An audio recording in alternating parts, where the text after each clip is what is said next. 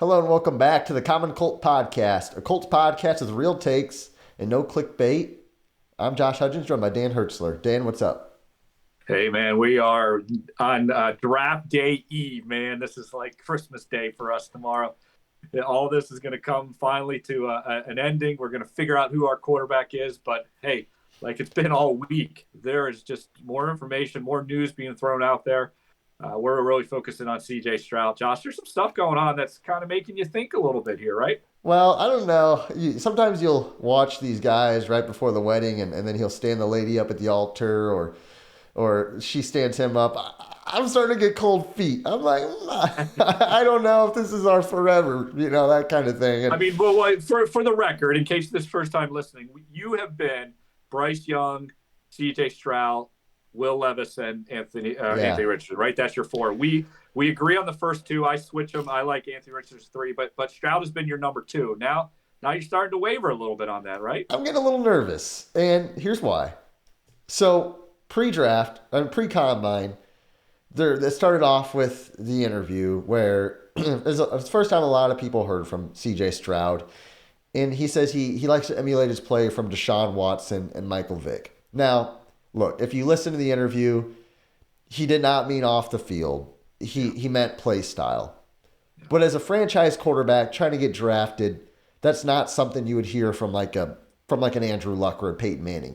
Peyton Manning's not going to say something like that. Like, you got to be emotionally intelligent. But I was like, okay, whatever. Like, he's just saying he likes their play style. He didn't mean anything bad by it.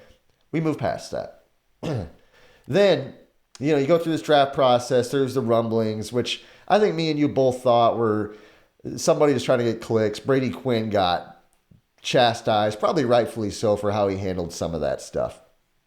But now, within the last 24 hours, CJ Stroud has a little mini interview with some reporters, and he says he's asked about this S2 test where he allegedly flunked, and didn't flunk, he just did awful on. Yeah. And he says he had a chance just to say, hey, I'm not going to comment on this. I'm not going to say anything about this. He says, quote, I'm not a test taker. I play football. I know I'm one of the smartest quarterbacks in the NFL.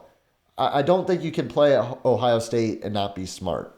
So to unpack this for a second, first of all, that solidifies that he flunked that test, if that report's true. Like, he did bad on it. Like, he's not going to say that unless he did bad on it. Well, on a test that he could allegedly prepare for. So I'm not as caught up in him failing a test as much as I am in him failing a test that he could prepare for as an NFL quarterback who prepares for games, who's supposed to watch tape. The NFL, I've never played before, but you always hear the greats. What do? They prepare.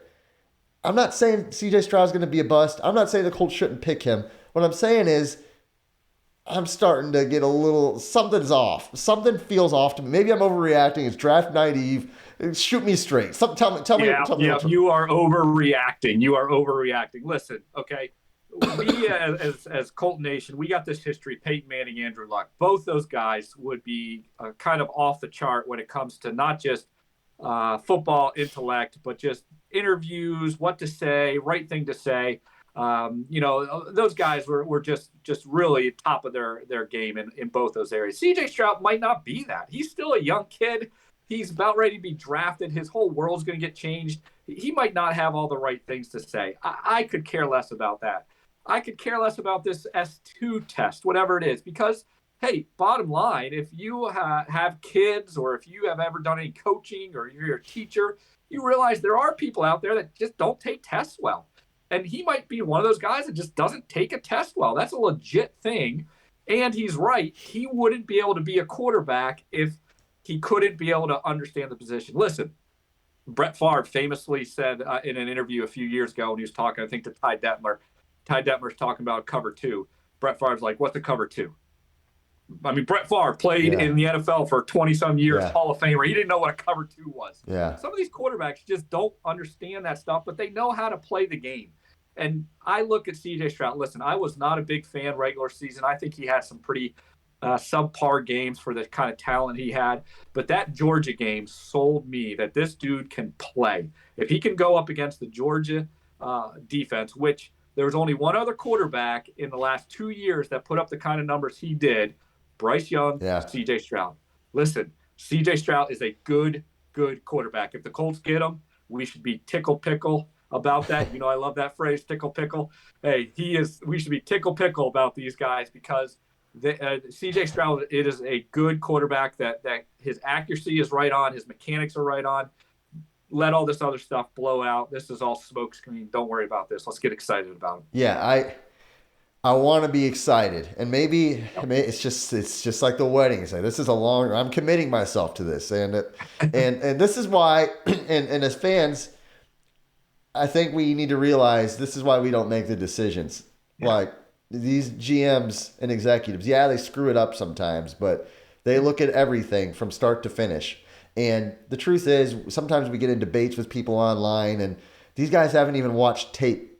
Like, some of these guys haven't watched a game of Will Levis or a game of Anthony Richardson, and they've already formulated an opinion on him. And maybe their opinion's right, but like, if you haven't done the diligence, or if you're talking with somebody who hasn't done the diligence, which odds are we have not done near the diligence that the Colts have taken or done on these quarterbacks. Yeah. So I guess I'm going to be nervous for whoever they take, and we've said this many times on this show, and this is probably going to be the last episode we make about a quarterback until the draft, which is when we're going to talk about the guy. But it's going to feel good, and I think no matter what it is or who it is, I'm going to support the guy, and we've talked about this in the past. We're going to support this guy because I think we're going to trust that Chris Ballard, he's been the GM for a long time. He's been around a lot of great players. Jim Irsay's been in the league for a long time.